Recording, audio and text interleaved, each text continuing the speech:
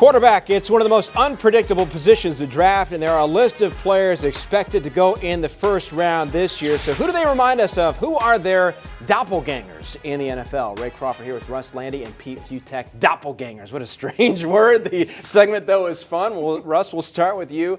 Who does Jameis Winston remind you of? You know, I think when you watch Winston, you see a lot of Big Ben. You see a guy that's big, strong in the pocket. He makes a lot of throws with guys hanging all over him.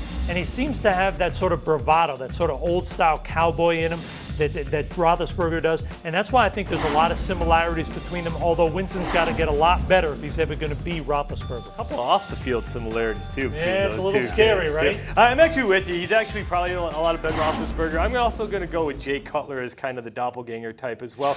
Now, Jay Cutler's a far better athlete, and Jameis Winston's a far better leader, at least in the locker room. But in terms of throwing interceptions, being a little bit sloppy with mechanics, trusting the arm a little bit too much, that's the big concern going forward. I know Russ is on board with this one. You're right there. So it's totally there with Cutler. Exactly. There's a lot of totally worried about the interception factor when it comes to Winston.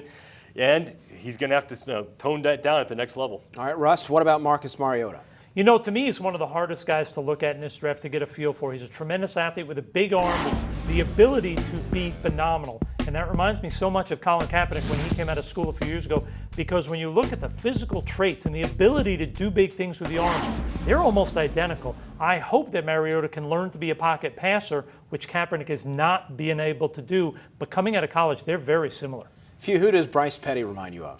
All right, you have to work. Sometimes you just have to understand the idea that the answer is no. Sometimes a quarterback is just not there. Bryce Petty is a system guy, kind of like Case Keenum. Now, he's got a better arm.